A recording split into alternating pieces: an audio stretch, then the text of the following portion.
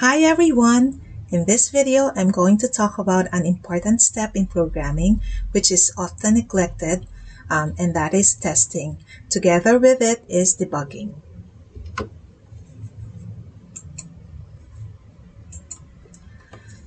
In driving, we often hear statements such as you have to be defensive driver. So that means that in driving a vehicle, you have to be careful to avoid accidents while driving. In programming, there is also a term called defensive programming, and actually, being a defensive programmer does not mean that you'd have to wear a helmet while programming. The helmet will not help. So how can we be a defensive programmer? To be a defensive programmer, or to incorporate this concept in programming, from the start we have to practice it. So from the time that you start to write the solution or to think about the solution, you have to consider breaking down the program into modules from the very beginning. And then once you have modules or functions, you practice writing documentation. So you should include document constraints on the modules. This example of this is the input and the output of the module or the function. And it's also good to write document assumptions. These are assumptions behind the function or some lines of codes. And of course, even though we practice defensive programming, it's very important to test our program. In testing, we ensure that the code runs by removing the syntax error and the static semantic errors. These two errors actually are often, most of the time, seen by the Python interpreter.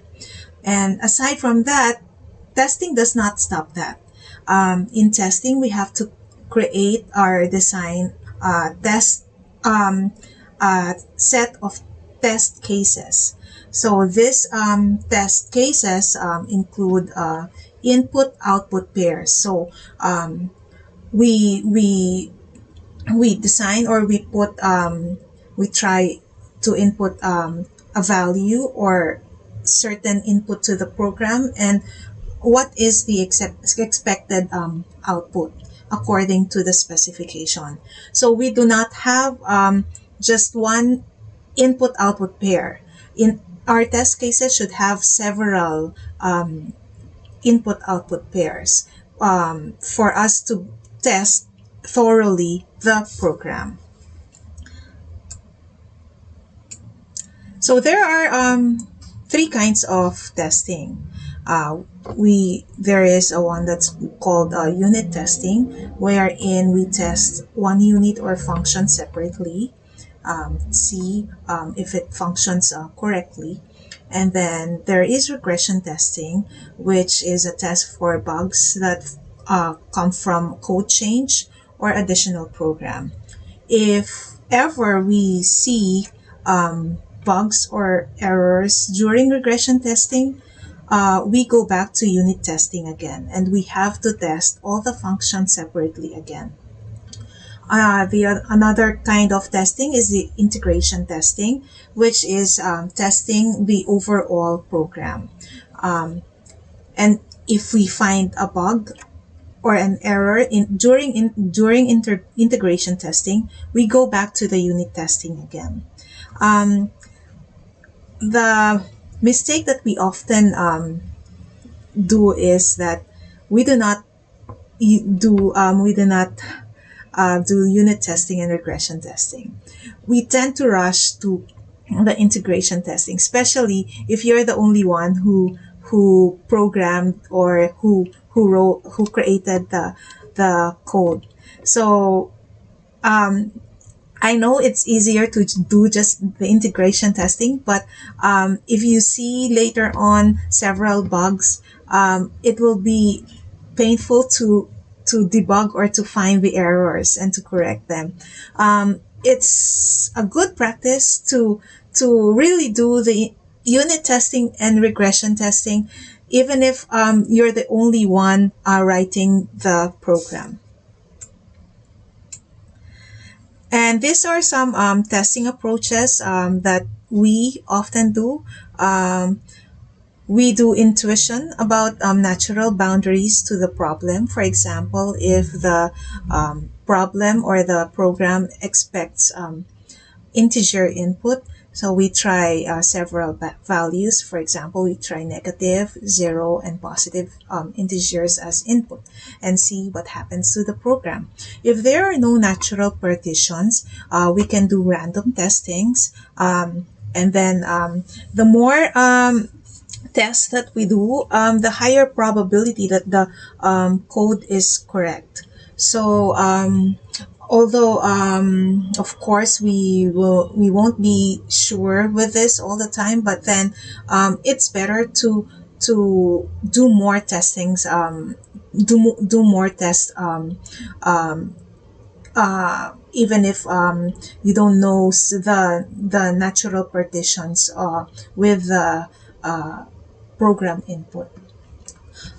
There is also what we call black box testing, which explore paths through the specification, and then glass box testing, which explore paths through the code.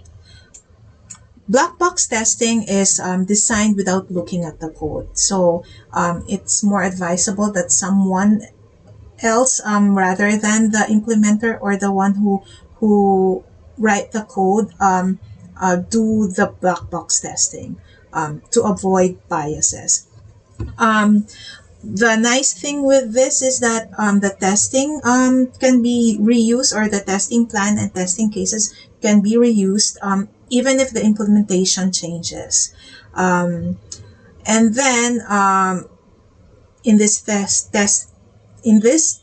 testing, we go through we create test cases also, and we consider the national space partitions. For example, we have this function isEven. Here we try to test for possible values of x. Let's say if x is positive, if it's 0, negative, very small integer, or very high integer. And then glass box testing is here we use code directly to guide the design of the test cases. We look at the control flow and the path, especially branching at the branches. So we test all the paths of a conditional, all the branches. And for the loops, we test when the loop is not entered, when it is when the body of the loop is executed once, and when the body of the loop is executed more than once. Also, we test when the loop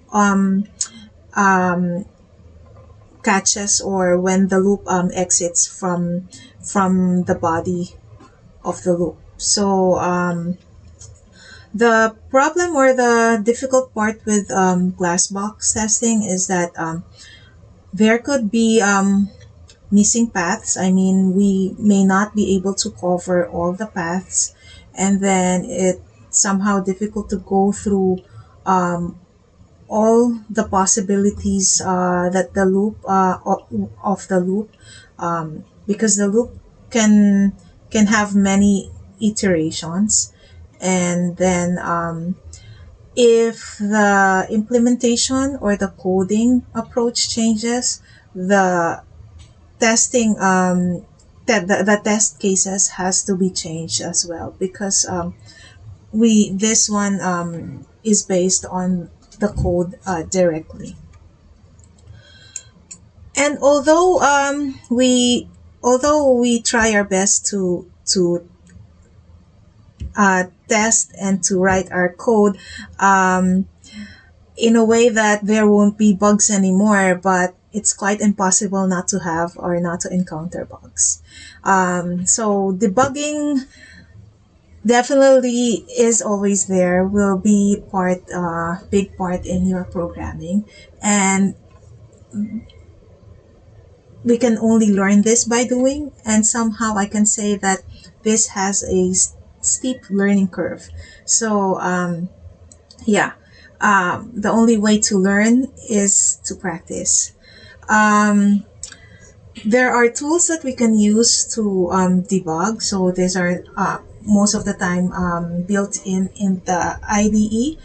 For example, it's included in IDLE and in Anaconda.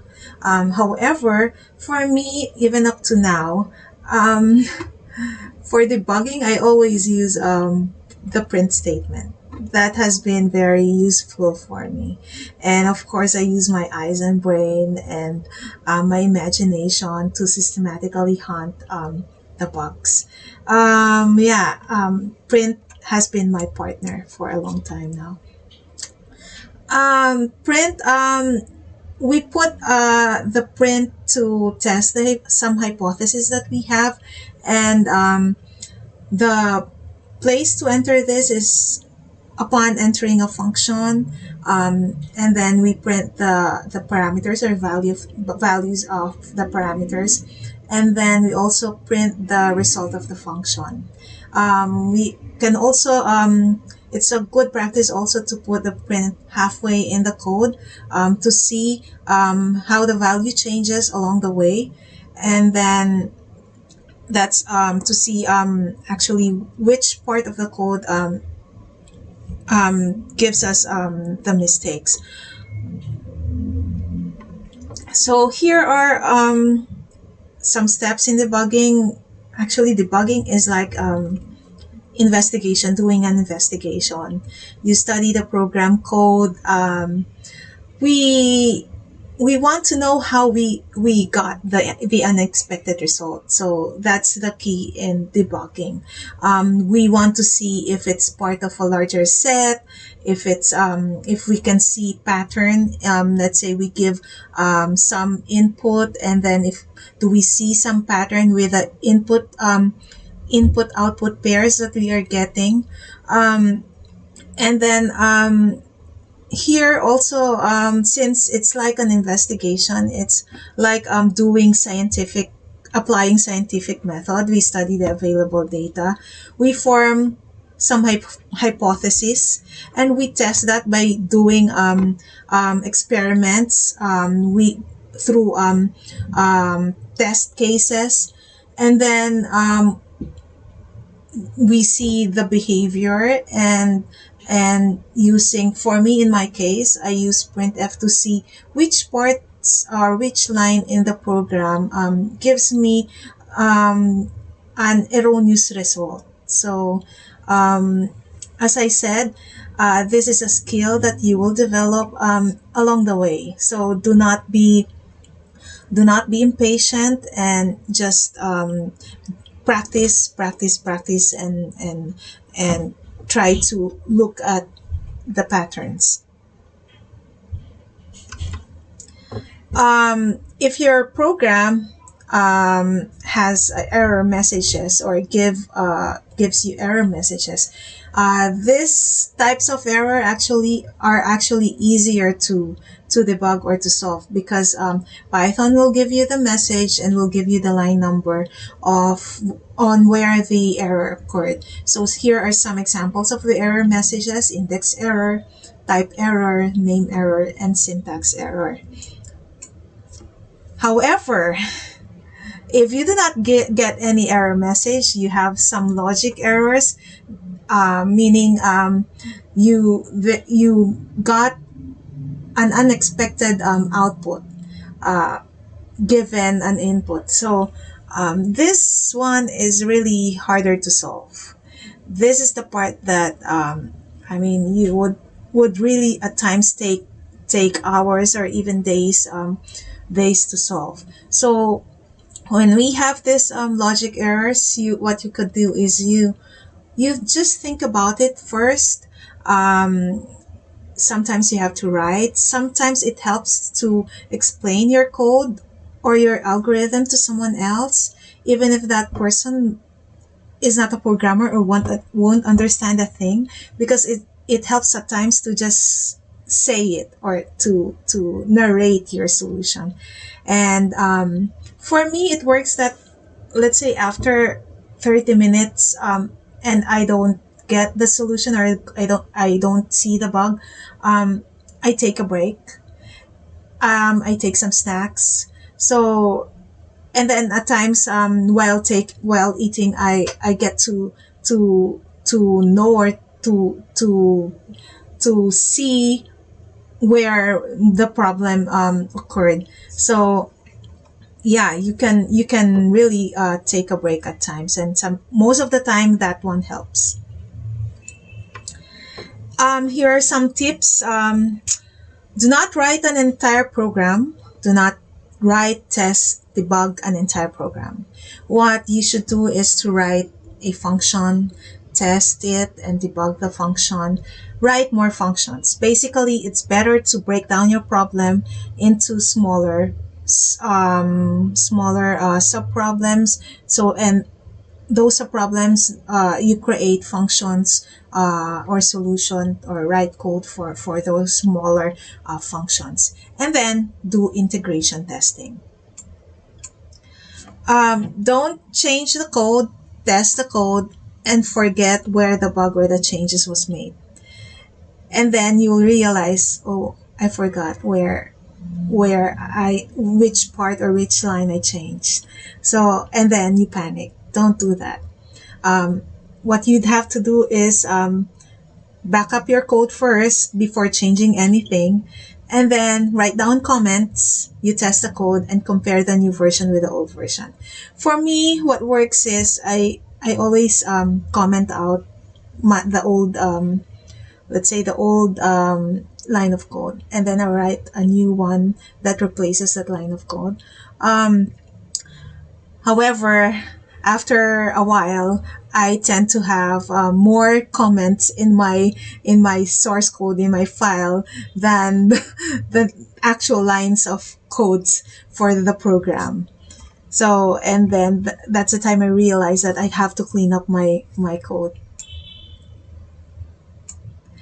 And it's very important to be patient. No matter how hard we try to avoid bugs, bugs or failure will always be there, and we have to learn how to fix it. Okay, so it's important to be patient. Yeah, I have here three: be patient, be patient, be patient. In programming, patience is a virtue. So yeah, we have to be really patient in looking for bugs and fixing those bugs. That's all for testing and debugging, and have a nice day.